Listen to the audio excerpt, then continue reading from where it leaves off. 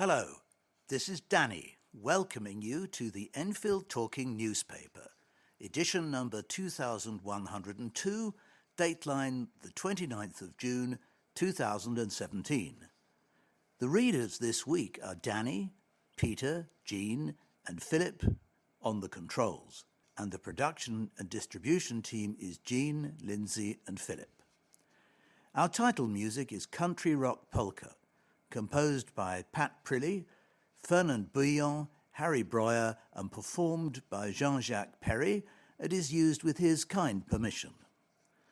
The local news stories that we will be reading come from our local newspapers, the Enfield Gazette and Advertiser and the Enfield Independent, and are their copyright.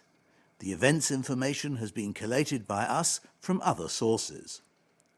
The local news headlines this week include Families with Kids Left Without Water and You're So Money, World's Oldest ATM Celebrates Golden Anniversary. Before the news, we have one or two special news items and notices. First of all, a notice from the RNIB. On Thursday, the 6th of July, Andrew Palmer will hold 2 online day sessions at the RNIB, 105 Judd Street, London WC1. The morning session will run from 10:30 a.m. to 12:30 p.m. and the afternoon session from 1 p.m. until 3 p.m. Please book by phoning the RNIB on 0303 123 9999. We hope to hold the annual general meeting of the Enfield Talking newspaper in the last week of July.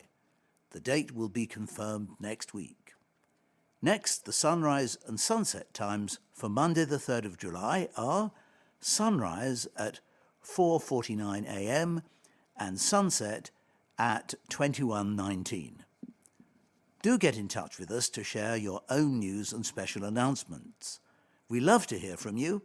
If you have any comments about the Enfield Talking newspaper, please phone Diane de Jersey on 020 8805 6578. She is your listener's representative and will be pleased to help you. Now Jean will read the first item of local news. Families with Kids Left Without Water by Anna Slater. Neighbours who say they are lucky to even get 2 hours of water a day are struggling to feed and bathe their children. Merlin House in Ponders End has a faulty pump, meaning all the flats from the 10th floor and below have been affected since May the 24th. Ruth Marsh, who lives in Merlin House with her 2 young children and fiancé, Stuart Saunders, he is pictured, is at her wit's end. The 29-year-old said, "I want the water back. It's not nice. I wouldn't wish it on my worst enemy. At the moment, we are just taking it day by day. We're having to cook dinner at certain times or cook food that doesn't need water. It's hard for my kids. They love pasta and rice and they can only eat it when we have water." She's been leaving the tap on, so the moment the water starts up again, she knows. But sometimes it doesn't come on till 9 p.m., by which point the children are asleep and dinner has been cooked. She now needs to take her children to their grandparents' house to shower. She added, "The kids are not happy about it. They're having to ask us to get drinks. They just can't go to the tap for a drink. I just think it's ridiculous. They're leaving families with children that can't shower or flush the toilet. It needs to be sorted out. My son is really upset about it. He keeps asking us when the water will be back on and we tell him we don't know." She claims the issue has been reported to Enfield Council a number of times and workmen have come to fix the issue, but it still does not work. She added it should have been fixed when we reported it. It was meant to be fixed last month. The kids are not happy about it. They're having to ask us to get drinks. They can't just get to the taps. In a way, it's taking away part of their independence. They can't even get a drink without asking us. In a way, it's ridiculous. They're having families with children unable to shower or flush the toilet. My son is really upset about it. He keeps asking when the water will be back on and we tell him we don't know. Enfield Council said we are aware of the issues and are working with Thames Water to find a solution. Thames Water says it has already told Enfield Council it is not a malfunction on their side, adding, "We found it's actually a fault with the building's internal pumps, which are the responsibility of Enfield Council." You're So Money. The world's oldest ATM celebrates golden anniversary. There was a gold rush in Enfield Town 50 years ago when people flocked to see the opening of the world's first cash machine. Heralded as the pinnacle of innovation, the original hole in the wall was unveiled at Barclays Bank in the town on June the 27th, 1967, amid great excitement. Jean Freeman, born and bred in Enfield, was there with her friends then and returned to the same site on Tuesday. Mrs. Freeman, who turns 90 on Sunday, said, "I remember there were crowds of people here and Reg Varney was the first to use it. There were a couple of photographers there and they took our picture. Then they took us over the road to the George and bought us a drink. A pint. I'll never forget that. I didn't drink pints." Dressed in cardigan, slacks, shiny tie and golfing hat, on the bus's TV sitcom actor Varney, who lived in Clay Hill, fed a paper cheque, which predated the plastic card we know today, into the slot and took out the maximum amount allowed, £10. It was an innovation because customers who needed to withdraw money no longer had to rely on bank cashiers who used to close the doors at 3:30 p.m. As a tribute to the golden anniversary, Barclays has installed a golden ATM and marked yesterday's historic milestone with a commemorative plaque, singing and speeches. Pupils from St Anne's Catholic High School for Girls entertained the crowds with their soulful choir, while people huddled under umbrellas and took pictures of their mates making cash withdrawals from the gold machine. The invention was the brainchild of John Shepherd Barron, whom Barclays commissioned to create 6 cash dispensers. Enfield was chosen as the first site by Barclays because the branch was not too far from London, had a good pavement facade, sufficiently high windows and enough in space inside for the safe. Despite the rise in other new technologies such as online and mobile banking, 92% of all £10 notes in circulation have been withdrawn from an ATM. Chimney stack struck by lightning. A lightning strike brought down part of a chimney stack on a house in Enfield. The bolt of lightning damaged the roof of the 2-storey house in Manor Farm Road following a sudden thunderstorm. Nobody was injured in the incident, which happened at 11:55 a.m. Firefighters from both the London Fire Brigade and Hertfordshire Fire Brigade attended. Checks were carried out to ensure there was no serious structural damage to the building before it was declared safe. Illegal ravers strew trash across Green Flag Park. Overflowing toilets and litter strewn across one of the borough's Green Flag Parks have caused outrage. Visitors enjoying Trent Park over the weekend of June the 18th and 19th were shocked at the mess left behind by an illegal rave. Aside from the rubbish bins had been thrown in the pond and a public toilet had been left in an unusable state.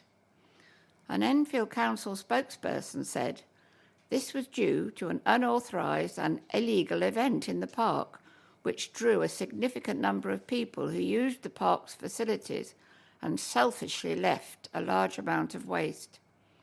We have park officers working at weekends litter picking, clearing rubbish and cleaning toilets. They do their utmost to keep our parks clean and safe so that residents can enjoy open spaces for free all year round. I've been getting lost frequently. New MP admits he's still learning parliamentary ropes. Less than a fortnight ago, the people of Enfield Southgate voted for Bambos Charalambous to be their new MP. The Labour underdog and Enfield councillor, who was never expected to win, beat David Burrows, who had been the constituency MP from 2005 to 2017 by a whopping 9%. bagging a 4,355 vote majority and shocking and delighting voters in equal measure. It was surreal. He recalls, it was a surprise in some ways, but I was getting information throughout the evening. It looked as if we were going to do it. We had a targeted campaign. People were unhappy about Brexit and lack of funding for schools. And of course, there were lots of voters suddenly coming of age who were behind Labour. The rappers, the young people, they were all engaging with politics, many of them for the first time. Now, in Westminster, flanked by machine gun-carrying police officers, he's like the new boy at school. He keeps getting lost as he tries to find his way around the tiled passageways, plush green carpeted stairs and dark underground corridors. He said, "I've been getting lost frequently. It's a rabbit warren. Stephen Twigg has been showing me round. The other day he took me down a corridor that pops out behind the Speaker's chair." Mr. Twigg, MP for Liverpool West Derby, is Mr. Sharalambuzi's self-appointed minder, and is the man, of course, the man who famously ousted Conservative Michael Portillo in Enfield Southgate as Tony Blair's Labour Party swept to power in 1997. Mr. Sharalumbus, of 49 of Palmer's Green, is keen to be heard and made his maiden speech this week, but has yet to be assigned an office. At the moment he's squatting in Mr. Twigg's room. He added, "I'm a lawyer, so I'll be fighting for justice and for education. That's what the people of Enfield are really concerned about, funding for schools and a good education for their children." He's resigned from his legal job with Hackney Council and won't be standing again as a councillor for Palmer's Green next year.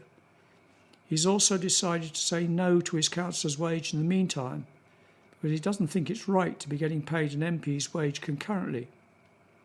So what's he been doing, apart from getting lost in the corridors of power? "A big part of the job is answering emails and letters from constituents," he said. "I was out in New Southgate in the flats opposite Arna's Grove, reassuring people following the Grenfell Tower fire. And of course I've been to a few summer fairs and school fetes, and fielding calls from Cyprus." He's the first MP who is wholly Cypriot. Both his parents are from Cyprus. Journalists have been turning up to the village in Cyprus where his family lives, asking cousins and aunts for a story. As if on cue, approaching Westminster Abbey, a tourist in a Yankees cap shakes his hand, saying, well done, that was a great job, congratulations. I didn't vote for you, but I would have done. I'm from Chipping Barnet." Women in Business champion given OBE. Recognition for work in business gender equality. The board director of a not-for-profit enterprise agency has been recognised in the Queen's Birthday Honours list for the work she does promoting gender equality in business. Heather Melville, who is head of Enterprise Enfield and Director of Strategic Partnerships for the Royal Bank of Scotland, the RBS, as well as a founder and global chair of the RBS-focused Women's Network, can now add an OBE to her bulging CV. Previous accolades for her work include being named in the top 100 females making a difference to the economic empowerment of her sex in the International Alliance for Women Awards, the TAIW, in 2012. She's a qualified career coach, which involves mentoring young women, championing equal pay, and challenging perceptions of confident women being seen as aggressive while men are seen as assertive. Heather said, "I am so humbled to be recognised in the Queen's Birthday Honours. It's great publicity and support of my work with women from start-ups to corporates. Knowing how much women contribute to the UK economy keeps me motivated in making sure we have the right infrastructure to help them grow. It's also a great opportunity to engage our male leaders in becoming agents of change." Heather voluntarily assists small and medium-sized businesses grow in her role with Enfield Enterprise. She is a graduate of the IBM Business School and has worked in the financial sector for 30 years. Earlier this year, Heather made the EM Power 2017 Top 100 Ethnic Minority Leaders in partnership with the Financial Times. Enfield Enterprise, established in 1985, is Department for Business, Energy and Industrial Strategy, the BEIS, approved. Its services are free or heavily subsidised through secured contracts with the European Regional Development Fund and European Social Fund, London Borough of Enfield and the Royal Small Arms. Therapeutic Gardens opened. A hospital has unveiled its new therapeutic gardens for dementia patients and stroke victims. The new spaces on the Highlands wing of Enfield's Chase Farm Hospital were opened on June the 13th, after Chase Farm Charity was able to raise £135,000 to fund the project. The Dementia Care Garden recreates a residential street from the post-war era with period shop fronts, street lamps and a mini, while the Stroke Care Garden is Japanese-themed. Ruth Gardner, a recent patient at the hospital, said, "I walked around the garden with my physiotherapist. It was beautiful, and I also sat out with a cup of tea when my son came to visit." Patients will also be able to take part in a gardening project with raised beds designed to aid recovery. Chris Burrs, Chief Executive of the Royal Free Charity, which runs Chase Farm Charity, said, "So many people have been involved in this project, from fundraising to volunteering their time to help create the gardens. We are really proud of the gardens, and now they are available for patients and staff to use. The gardens will be used by more than 200 patients every year, along with hundreds more visiting family, friends and staff." Alas, the incorrect stuff we're recycling. Macabre objects such as skulls, deer legs and dead hedgehogs found in recycling bins has spurred the council into posting up information aimed at making it clearer what can and cannot be recycled. Each rejected truckload of recycling waste costs £1,000 to send to landfill, so Enfield Council is determined to end the trend. Blue-lidded recycling bins can hold food tins and cans, glass bottles, empty aerosols, paper and card, but are not for clothes or shoes, foil, electrical items, nappies or shredded paper. Enfield Council's Cabinet Member for Environment, Councillor David Anderson, said, "It may not quite be Nightmare on Elm Street, but there is a serious side to all this. Incorrect items thrown into a blue bin can lead to entire recycling load being rejected and instead being diverted to landfill, which is both financially and environmentally expensive.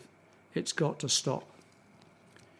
The top 10 list of the weirdest things refuse collectors have found in recycling bins is a leg of lamb, a false skull, dog faeces, car engine parts, a dead hedgehog, a deer leg with hoof, toilet seats, a real wig, false teeth and a tent.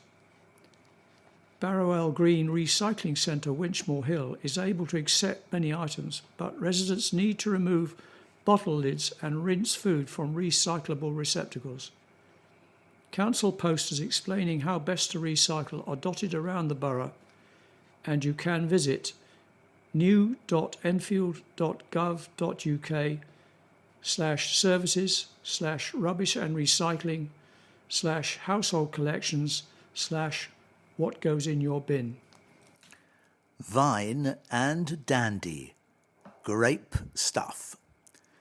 Growers are proposing a toast at 40 Hall Vineyard after being shortlisted for this year's prestigious Organic Market Awards.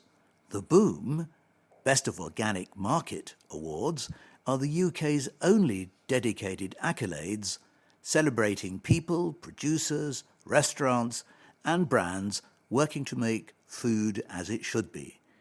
The Enfield-based business impressed judges with its 2014 vintage London Sparkling Brut. It was only a couple of years ago that the vineyard in Forty Hill produced enough of its healthy organic grapes to be turned into wine, bottled and sold. Jenny Patton, volunteer and marketing officer at Forty Hall Vineyard, said, "We are delighted to have been shortlisted for a Boom Award. We pride ourselves in the relationship we have with our environment and the top quality wines we are able to produce." The vineyard is a community-run enterprise. It is the biggest vineyard in London and is run by scores of volunteers. Hospital patients are often referred there because of the proven links between working outside and improved mental health. The winners of the Boom Awards will be announced at a ceremony in central London next Wednesday, July the 5th. On the same note, bubbly may flow for Wine Up for Award. A sparkling wine from what is thought to be London's first commercial-scale vineyard since the Middle Ages is up for a prestigious award. The 2014 vintage London Sparkling Brut, which is the capital's first ever such wine and is produced by Forty Hall's Community Vineyard, wowed a selection panel at the Boomer Awards, meaning Best Organic Market Awards. The Boomer Awards celebrate companies and individuals who work to produce wholesome, naturally grown food and drinks.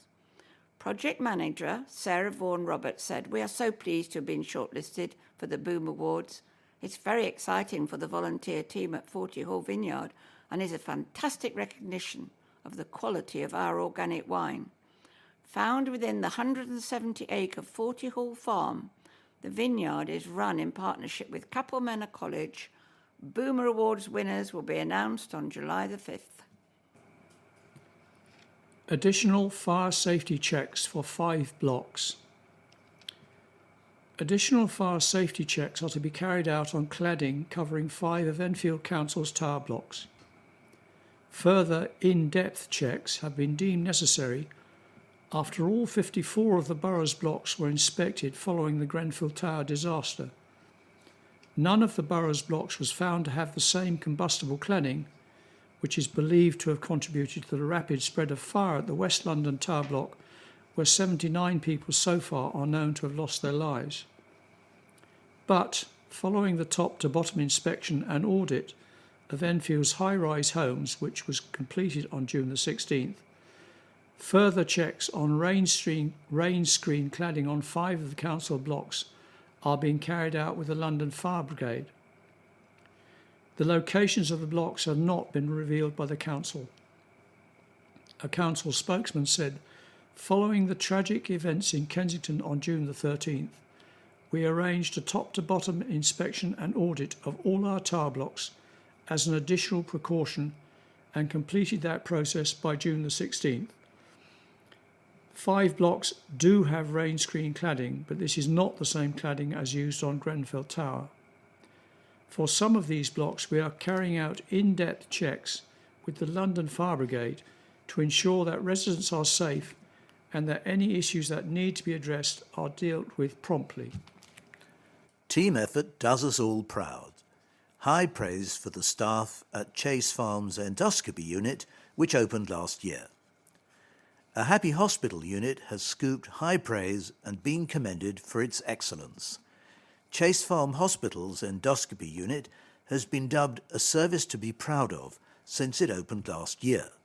The Quality Assurance accreditation comes from the Joint Advisory Group on Gastrointestinal Endoscopy, which sets standards. The unit at the hospital in the Ridgeway, Enfield, was opened in January 2016 for patients to undergo a range of procedures such as a colonoscopy. It has 4 procedure rooms and 13 individual patient pods.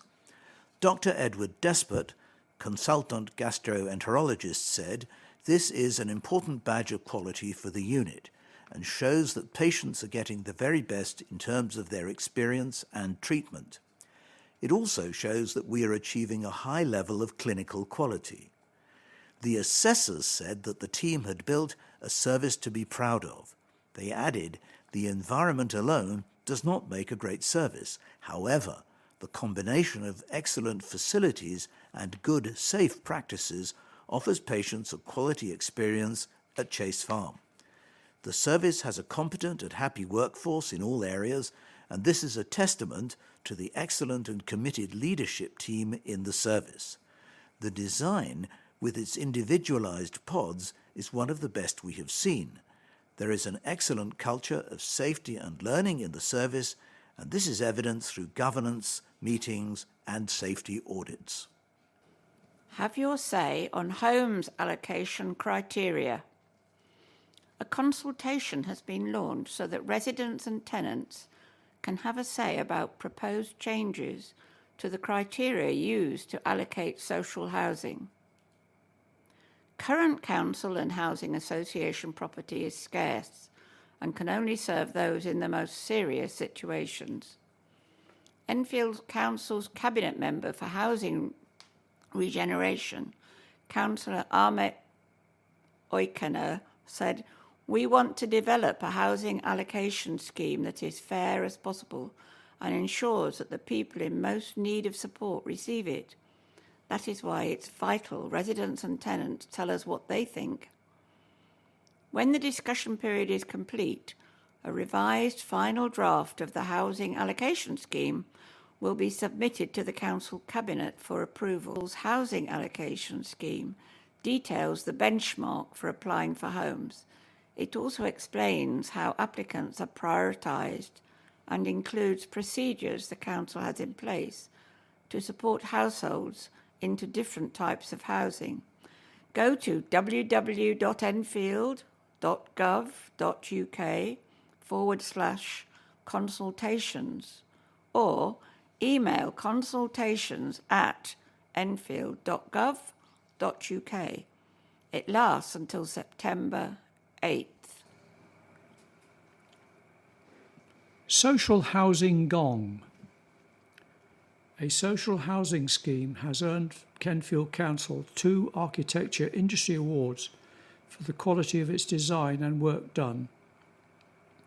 The Royal Institute of British Architects named the council Client of the Year and gave it a London Regional Award in its housing category for Dujardin Mews, the first new council housing to be built in the borough for 30 years.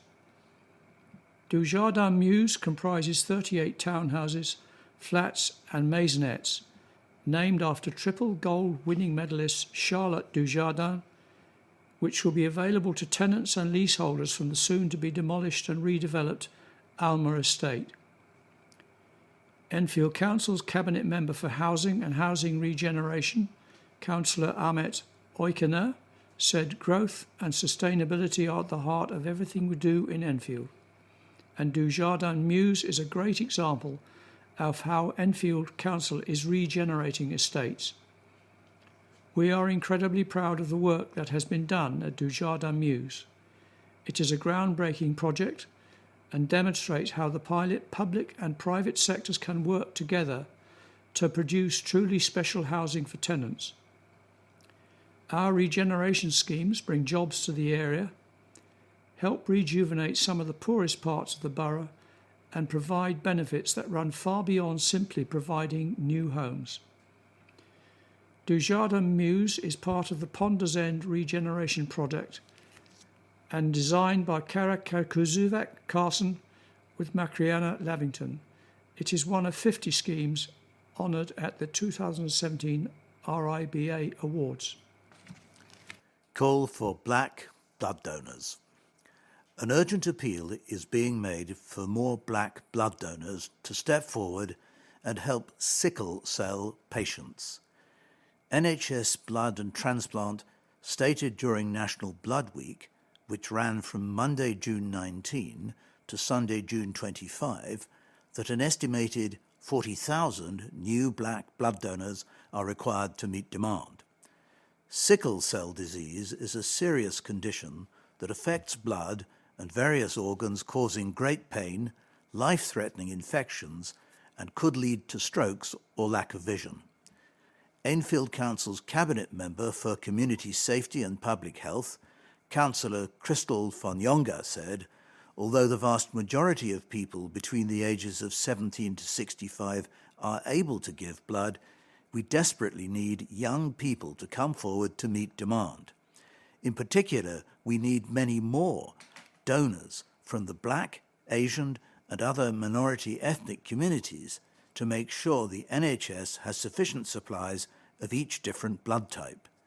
They need life-saving blood from Black donors, which provides the closest match to their own, so it's really important we step up as a community and do the right thing. I'm urging people to please register as a blood donor and book an appointment to give blood and help someone in need. Visit www.blood.co.uk, call 0300 123 2323 or search the NHS Give Blood app. Sex attack. Man jailed. An Edmonton man who carried out a serious sexual assault on a 13-year-old runaway boy was jailed for 4 years and given a 10-year sexual harm prevention order at Wood Green Crown Court on Monday. Daniel Mackenzie, 25, of Victoria Road, had been travelling on a bus in Waltham Cross on August the 19th last year when he spotted the victim asleep. He woke him before offering him a place to stay and giving him cannabis before sexually abusing him at his home. Mackenzie was arrested 2 months later on unrelated offences of possession of cannabis and theft of a motor vehicle. His DNA was taken and was found to match the profile of a forensic examination conducted following the sexual offence. Mackenzie was charged with 1 count of sexual activity with a child under 16 and pleaded guilty at a hearing last month. Spill the beans on your life. Life coach Anna Stapleton reveals her defining moments in a motivational book. Losing the cows, a shortage of cash, and moving to London are some of the key moments that a life coach has noted as having defined her life. Anna Stapleton from North Finchley opens up about her experiences in defining moments. Reclaim your power and live the life you love. In her debut book, she guides readers through their own motivational journey by spilling the beans on her own life. The autobiographical self-help book is a quick read introduction to analyse Anna's personalised coaching method. She seeks to guide the readers through identifying where they are now, what impacts various events and influences have had on them, what they need to do to take responsibility for, and how to identify their life's purpose. Everyone has experienced defining moments in life, explains Anna, but we may not realise how these have impacted our journey and the beliefs we have developed. We may not even be aware of the fact that these moments have led us to make decisions about ourselves, others, and life in general, and how they impact the way we behave and relate to our surroundings. My coaching technique helps people to identify what is holding them back from excelling. I guide them to learn how to be responsible for the decisions made in the past and take positive steps forward. Born into a farming family in Italy, Anna admits she could not wait to fly the nest. She moved to the UK as an au pair and set up her life in London at the age of 19. Her journey towards life coaching began when she worked in the Human Resources Department of Chartered Accountants Ernst & Young, where she spent 20 years. Following a career change and the desire to work in the public sector, she spent 8 years in the acute care services of the Barnet and Edgware Mental Health Trust, where she gained insight into the challenges that people face on a day-to-day basis and how the NHS meets these needs. At the heart of it, I'm interested in people, said Anna, who has now been practicing as a life coaching for many years and is certified by Noble Manhattan. I listen to them and support them in finding themselves. It's about taking responsibility without seeing yourself as a victim or thinking it's all my fault. Rather, it is a way to learn how to take control of your life. Anna is also qualified in performing emotional freedom technique or tapping, which is often referred to as acupuncture without the needles. She also volunteers as a practice health champion with St Andrew's Medical Practice in Whetstone, part of a new initiative organised by Altogether Better, where patients volunteer to work along the staff in a non-medical capacity to bring health benefits to other patients. On June the 29th, Anna is holding a book launch at the Enterprise Enfield Business Centre, 201 Hertford Road, Enfield Highway, where attendees will receive a complimentary copy of her book, refreshments, and hear Anna talk about her services, which include one-to-one and group support. Children at War in Focus. Photo show highlights their plight. A new photographic exhibition aimed at raising awareness about the plight of refugees and help visitors understand why people seek sanctuary has opened. The show, Children at War, is running until Sunday, July 2 at the Dugdale Centre on London Road, Enfield. It features photographs that campaigners, activists, journalists and community members have taken in conflict zones in the Middle East. Daima Turkish and Kurdish Community Centre organised the exhibition with the support of Enfield Council to counteract negative mainstream refugee and migrant press coverage. Enfield Council's Cabinet Member for Community, Arts and Culture, Councillor Yasmin Brett, said, "We want to build strong communities and build an even more vibrant, happy and cohesive borough. Part of that process means we need to truly understand the fears, motivations and experiences of the people we live alongside, so we can support and help each other and improve the quality of life for everyone." This exhibition is an intriguing and powerful way of raising awareness of the plight of refugees and explain the challenges they face and the ways in which we can help them rebuild their lives. The exhibition forms part of the 28th Daima Culture and Arts Festival, which began during Refugee Week, June 19 to 25, a week of events focusing on the positive contributions refugees and migrants make to life in the UK and other countries globally. The festival ends in Clissold Park, Stoke Newington, with the Park Festival on Sunday, July 2. Daima Turkish and Kurdish Community Centre work with and on behalf of Turkish and Kurdish people living and working in London to promote social cohesion and integration. Dealer hid big stash of Class A drugs in freezer, by Lara Key. A dealer who hid MDMA and speed in his freezer begged a judge to spare him jail because his dad has dementia. Junior Babalola of Linwood Crescent, Enfield, failed to convince Judge Joanna Greenberg, QC, who handed him 2 years and 9 months at Wood Green Crown Court last Thursday, June the 22nd. The 46-year-old was admitted possession of Class A and B drugs with intent to supply after police caught him in August last year.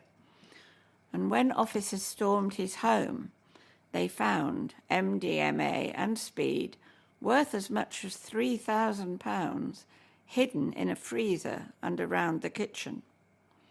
They also seized his phone, which had messages on it saying, "Yo, fella, do you want any Mandy?" As well as having 300 grams of cutting agent, the father of 3 tested positive for cocaine and opiates when he was arrested. Prosecuting, Nick Cribb said Babalola's past was littered with dishonest offences, including criminal damage and possessing cannabis. But defending him, Michael Gould said he was not in a good place in his life when he committed the crimes. He added he had effectively been made homeless and was sofa surfing and taking drugs. It was his vulnerable circumstances and falling in with people who weren't the most supportive that got him into this situation. He told the judge Babalola had turned his life around since his arrest, seeking help for his drug habit and moving in with his 76-year-old father to become his primary carer. Mr. Gould added that even on the day of the sentencing, his client had phoned a family friend desperate to make sure his dad took his medication. He said his children live with their mothers, but he's still very involved in their lives. The longer he is in prison, the longer the negative impact will be on his father and his children. But Judge Greenberg said they were no excuse for such serious crimes. Sentencing, she said, you would have been aware of such responsibilities when you committed the offence. Yet you played a significant role in illegal street dealing. Babalola will spend half of his sentence behind bars and the other half on licence. He will have to pay a victim surcharge to be decided by the court.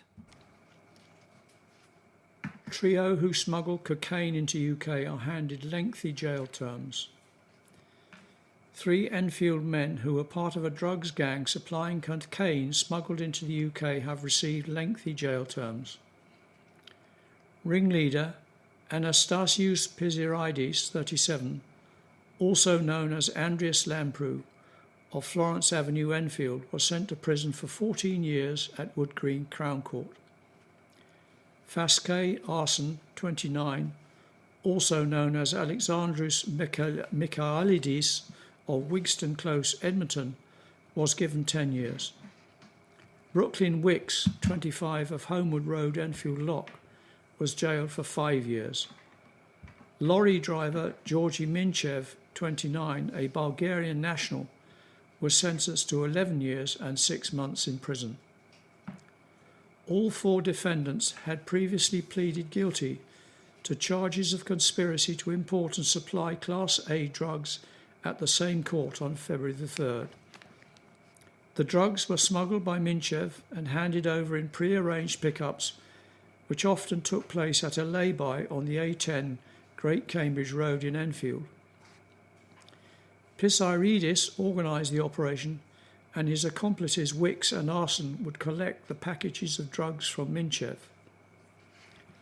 Police had been keeping them under surveillance, and in October the 3rd last year, Wicks was arrested after he was spotted collecting a large bag from Minchev on the A10.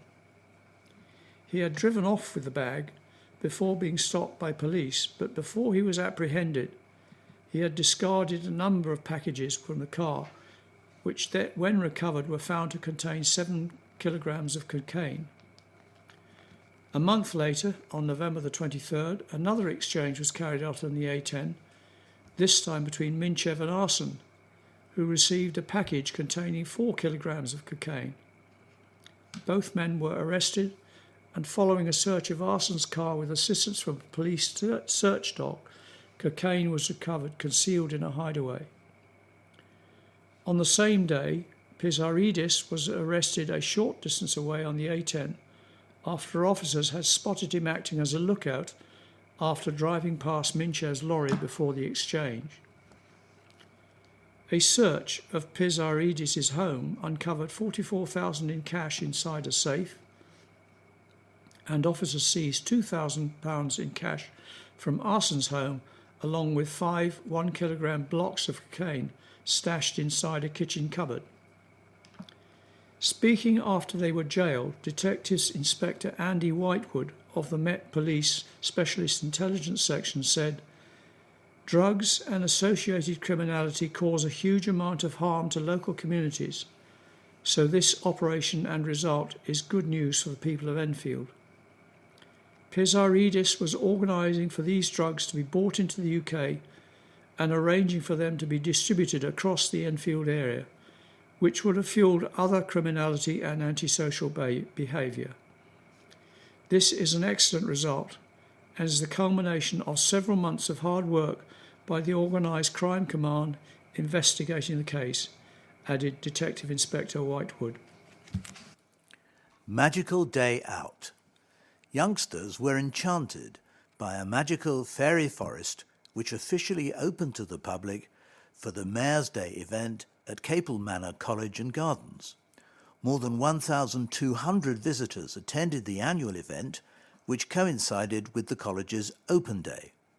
A total of 42 mayors from London boroughs and across Hertfordshire were invited to meet Mayor of Enfield, Christine Hamilton, when she opened the newly constructed fairy forest in Woodland on the 30-acre site.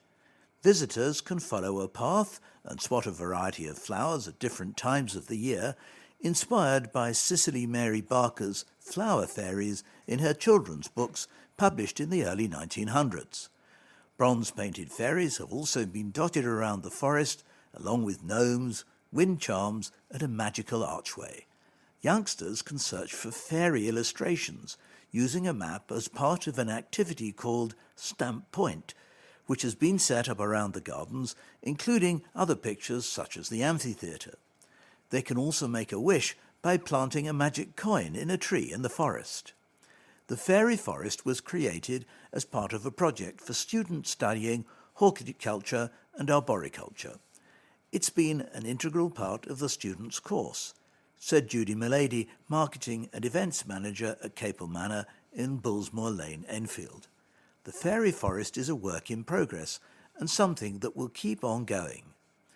Visitors also had a chance to meet the collection of exotic animals at the college's expanding zoo, including the new addition of 3 dwarf crocodiles. Stephen Dowbegin, the principal at the college, said it was a magical event in every sense of the word, with 41 mayors, 3 fairies, the Mayor of Enfield and the gardens looking more beautiful than ever. Dismay as Park's Eid party is called off due to safety fears, by Claire Casey. Safety concerns over the swelling number of people due to attend led to the cancellation of an Eid celebration party. Thousands of Muslims were preparing to mark the end of Ramadan at the one-day festival in Pims Park in Edmonton on Sunday. But their hopes were dashed, and thousands of worshippers from the As-Sunnah Islamic Centre in Tottenham were left bitterly disappointed by the event's cancellation. Enfield Council and the Met Police decided last week that due to safety concerns over the proposed number of people expected to attend the event, it could not go ahead, but they were still welcome to go and pray in the park on the same day. Last year there were 4,000 attendees at the same event, and this year organisers predicted there could be up to 7,000. A council spokesman said due to the overwhelming success of last year's event and late notification that predicted numbers of attendees for this year's event would far exceed capacity, we were reluctantly forced to cancel the Eid festival at Pims Park for safety reasons. The council and the police are of the view that the number of expected attendees, coupled with the size of the park and the geography of the surrounding area, made it impossible for an event of this scale to be safely managed at this location. Although this year's event was cancelled, we hope to work with the organisers next year to arrange a successful event at an alternative location. Worshippers were still welcome to attend morning prayers in the park to mark Eid. The Ramadan month of fasting, during which believers abstain from eating and drinking during the daylight hours, started on May the 27th. The date of Eid depends on the sighting of the new crescent moon, and its celebration varies. The As-Sunnah Islamic Centre was unwilling to comment in the light of ongoing discussions with the council, other than to say that the community was extremely upset and disappointed. Foursome do the rounds for a charity fundraiser. 4 young Enfield pals needed stamina and drive in strength-sapping heat as they played a total of 72 holes of golf in a day on different courses to raise funds for a cancer charity. The Friends were taking part in Macmillan Cancer Support's Longest Day Challenge last Wednesday, with teams across the UK signing up to play 4 rounds of golf, either on the same course or at different courses. And far from a relaxing stroll, it became a 17-hour feat of endurance for John Couparis 19, Matt Collins 21, and Luke Wintour and Bradley Garner both 20, playing 18 holes and then travelling between courses. John of Madeira Road, Palmer's Green, has a relative who has cancer, and that inspired him to rope in his pals, all of whom are keen golfers like himself. It was a crack of dawn start for the foursome as they teed off at sunrise at Hadley Wood Golf Club in Beach Hill. By midday, they completed 18 more holes at Enfield Golf Club in Old Park Road South before taking a 20-minute break for lunch and a shower. John and Matthew took it in turns to drive the 4 between courses. Then it was off to White Webb's Golf Club in Clay Hill, Enfield, to play around before, tired and exhausted, they teed off for 18 more holes at Cruise Hill Golf Club in Cattlegate Road, finally reaching the 19th hole at 9:15 p.m. The last course was the hardest, explained John. We were a bit the worse for wear and were trying to keep going. The group were met by proud family members and friends who cheered them on at the last hole and celebrated with drinks at the bar. We were looking forward to it, and it was something to work towards, said John. The group had to keep to a strict time frame for each round and had other obstacles to contend with. The heat was one of the worst factors, said John, but the Friends motivated each other to keep going throughout the day, and they have now raised a total of £3,601.50 on their Just Giving page, plus another £200 in donations. I wouldn't have been able to do it by myself, added John, and it was quite rewarding. The group, who are keen golfers and play together regularly, will have at least a week's break before embarking on another round. And now for some notices. Wednesday the 5th of July. The Taming of the Shrew, 40 Hall, 40 Hill, Enfield, at 7 p.m. Open air performance of Shakespeare's comedy. Running time 2 hours and 20 minutes. Tickets £11 adults, £9 concessions, under 16s £7, family ticket 2 adults, 2 children £28. To book www.40hallestate.co.uk or 020 8363 8196. The N21 Festival Fancy Fair. Saturday the 8th of July, 10 a.m. to 7 p.m. The Green, Winchmore Hill, London 21.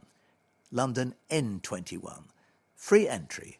Backed by popular demand, bigger and better than ever.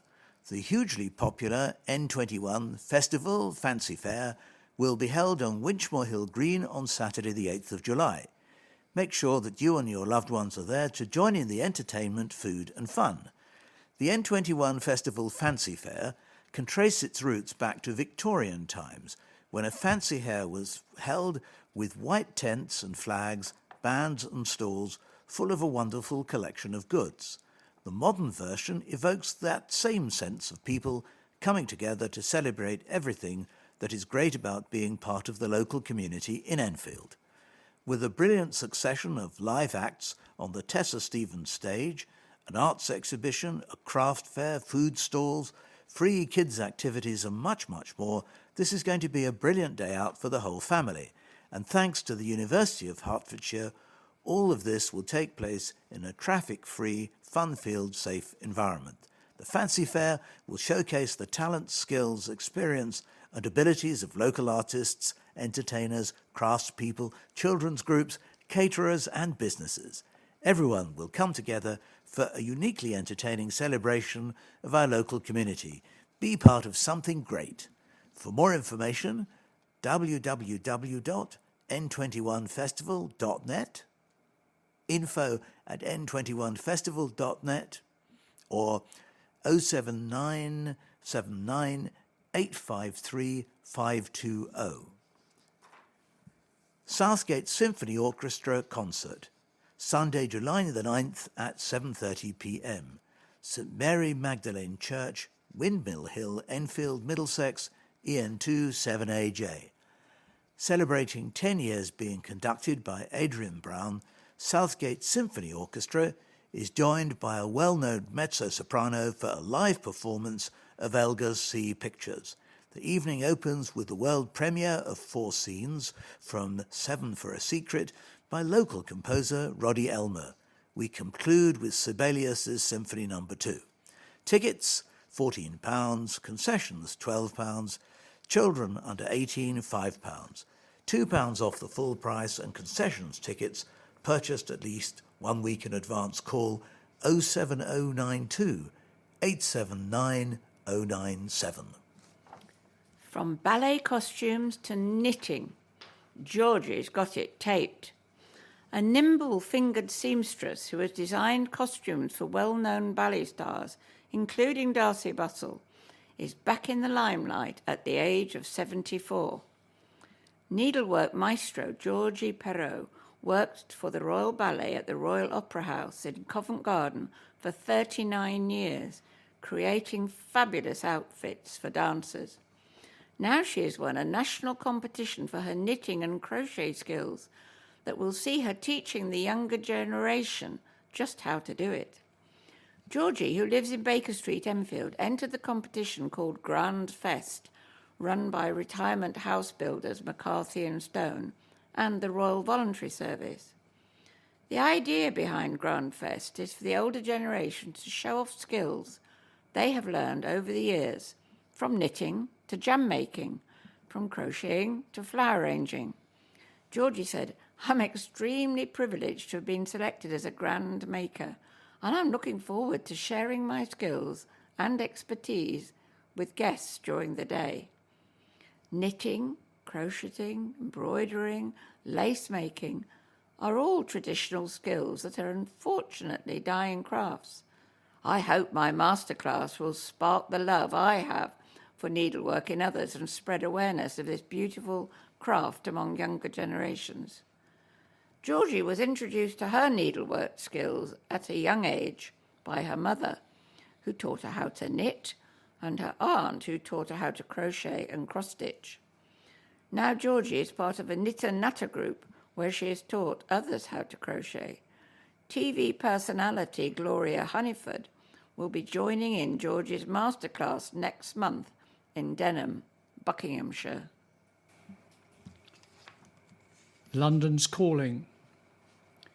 An explorer embarking on a month's trek across London's 32 boroughs as part of a campaign to make the capital the world's first national park city started his mission in Enfield last week. Daniel Raven Ellison is raising awareness of the campaign, which aims to make London more green, boost its biodiversity, improve air quality, and connect more children to nature. The 37-year-old, who is a National Geographic magazine explorer, set off from Enfield Island Village near Sewardstone Marsh on Friday morning. The campaign was started 3 years ago in a bid to make green spaces more accessible to Londoners. The initiative has been backed by Mayor of London Sadiq Khan and 238 council wards across the capital, and requires support from another 86 to turn the idea into reality. Daniel, who is from Ealing in West London, will walk in a giant spiral around the city and set off from Enfield because it made sense geographically to start in North London. It's one of the most beautiful parts of London, and it was a great pleasure, he added. Daniel met Malcolm Goodwin, Vice Principal of Capel Manor College in Bullsmore Lane, along the route through Enfield, and discussed ways to encourage students to pursue careers around horticulture and arboriculture. Daniel, who taught geography for 7 years, said that while London's green spaces had been improved, more could be achieved. We can do so much to improve the quality of our waterways and create cleaner air, he explained. London is a world leader when it comes to ecology. Last year, Daniel completed a 1,686-kilometre trek across all of UK's national parks and cities while wearing an EEG, which recorded his emotions by detecting electrical activity in the brain. The Wild Cities project explored how nature and areas in the environment can improve quality of life. Daniel is aiming to complete his current exhibition next month in Temple in central London on Wednesday, July the 26th. Making London a national park city is an opportunity to make the capital greener, healthier, more active, enjoyable, resilient and prosperous, added Daniel. The great thing is that anyone can be part of it. Just plant something or explore somewhere new and you'll be living it.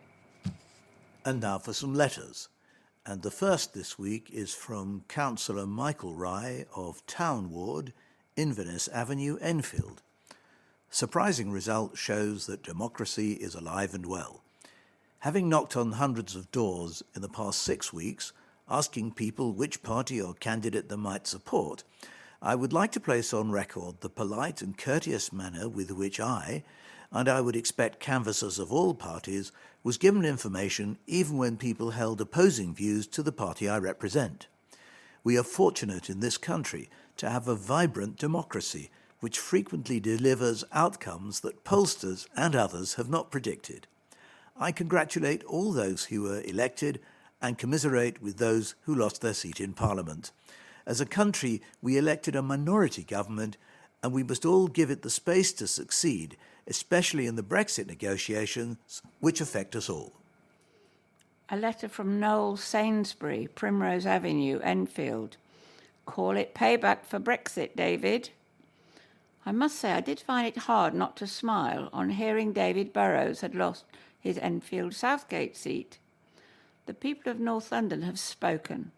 Mr Burrows let his constituents down in last year's Brexit vote, which has led to a year of confusion and has had big negative impact on the country and London in particular.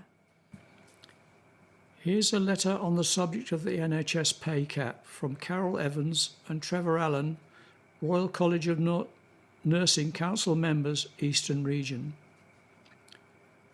It's not often that nursing staff feel the need to get political. We get on with doing the job we were trained to do. Many of us cannot imagine doing anything else. But we now find ourselves in a situation that can no longer be tolerated.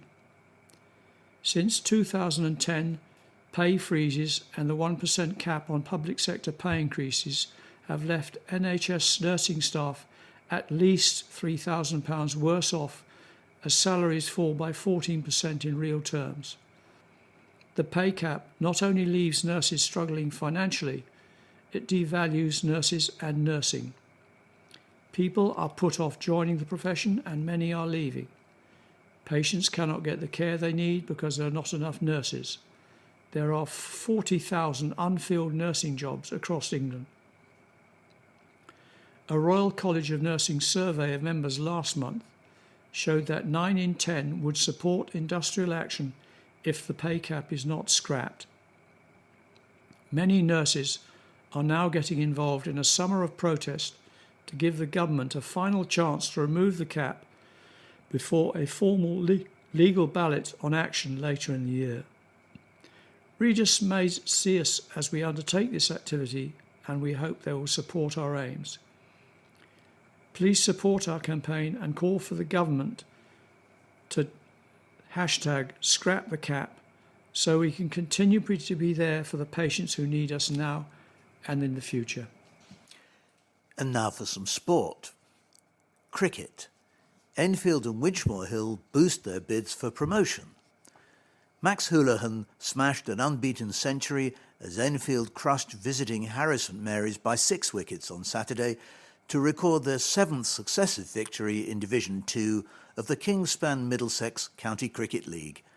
Enfield elected to bowl first after winning the toss and produced a solid display to restrict their visitors to 233 for 9 after the maximum 55 overs on a typically flat Lincoln Road wicket. Sam Blennerhassett, 63, led the way with the bat for Harris St Mary's, while Les Edwards, 3 for 57, and Andrew Mitchison, 2 for 32, were the most successful bowlers. The hosts made a dreadful start to their reply as the explosive Neville Talbot was run out without facing a ball, but the match was effectively decided by Houlihan's brilliant knock of 131 not out off 95 deliveries. Edwards, 38, Jack Plum, 28, and Asad Shah, 25 not out, gave him good support, and Enfield cruised to 234 for 4 to seal a win which keeps them just a point behind leaders Highgate. Meanwhile, Winchmore Hill closed to within 3 points of table-topping Wickham House in Division 3 after condemning the leaders to their first defeat of the season. Jim Gatting led the way for hosts Hill by making 81, as they posted a score of 253 after being put into bat. Delaray Terblanche, 43, and Sasha Selvaratnam, 42, also made good contributions, but it was James Shepherd who was the star performer for Hill as he ripped through Wickham House's batting to end with the astonishing figures of 9 for 45, with the visitors collapsing to 127 all out and leave the hosts winners by 126 runs. But Southgate slipped to the foot of the Premier Division after suffering an 8-wicket defeat at Richmond. Frederick Wilson made an unbeaten 56 to help Southgate's last 4 wickets add 92 and take them up to a total of 187, despite some good goal bowling from David Burton, 4 for 40. However, the visitors' score proved to be inadequate as Ben Compton, 83, and Adam London, 74 not out, helped Richmond to cruise to 191 for 2. Southgate host Hampstead on Saturday, while Enfield go to North London and Winchmore Hill visit Uxbridge. Now for boxing. Buglioni prepares to defend his title. Frank Buglioni will bid to retain his British light heavyweight title against Ricky Summers at the O2 Arena on Saturday. The 28-year-old from Winchmore Hill, who fought for a world title at super middleweight before deciding to move up a division, is making the first defence of the belt he won in dramatic fashion by overcoming José Burton in a thrilling fight in Manchester in December. Buglioni had been due to take on the undefeated Summers in March, but was forced to withdraw from the fight after suffering a bad cut in training.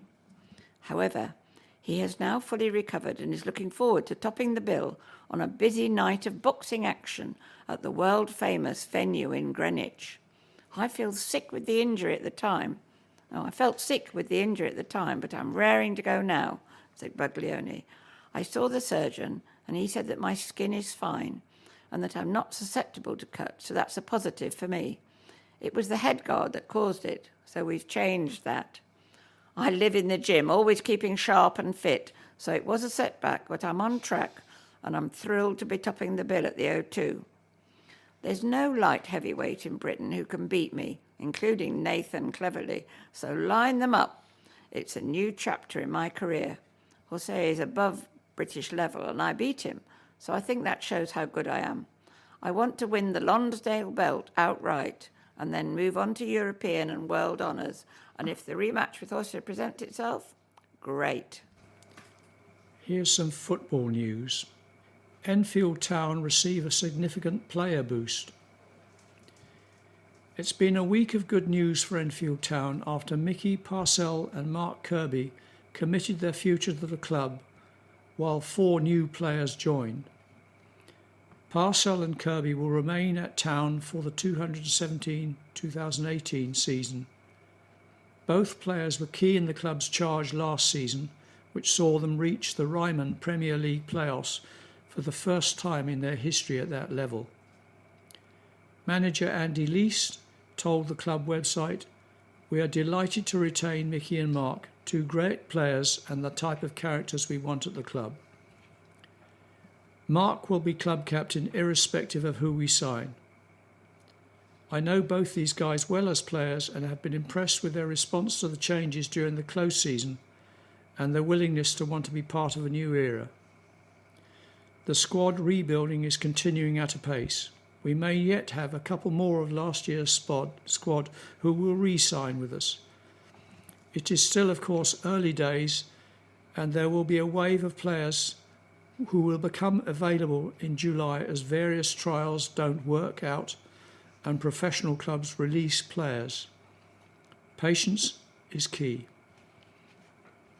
Simon Thomas, Rob Bartley, Joe Wright and Ryan Blackman have also joined the Towners ahead of their new Ryman Premier League campaign.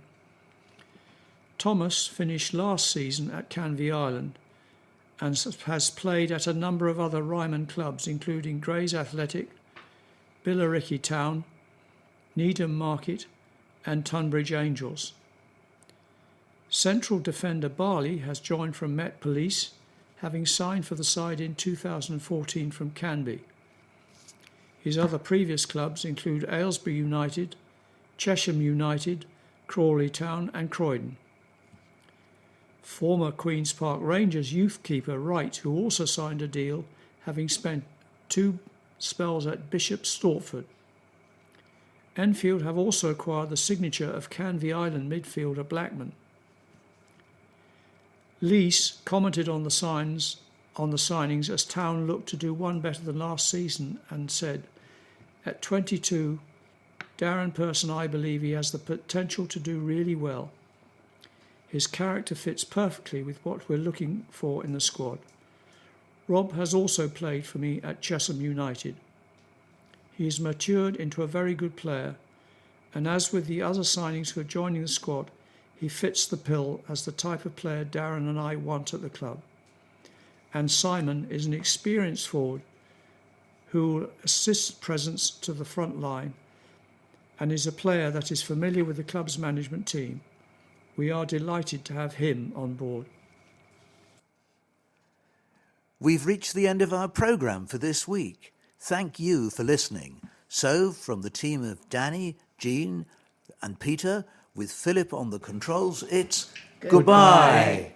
Please remember to turn over the address label in your postal packet, put the memory stick into the packet and return it to us as soon as possible, in readiness for the next edition. Don't forget, you can call Diane de Jersey regarding any help you may require in connection with Enfield Talking Newspaper on 020 8805 6578. Coming up next, the latest news and information for the Greater London area from InfoSound. The Enfield Talking Newspaper will be with you again in 1 week's time.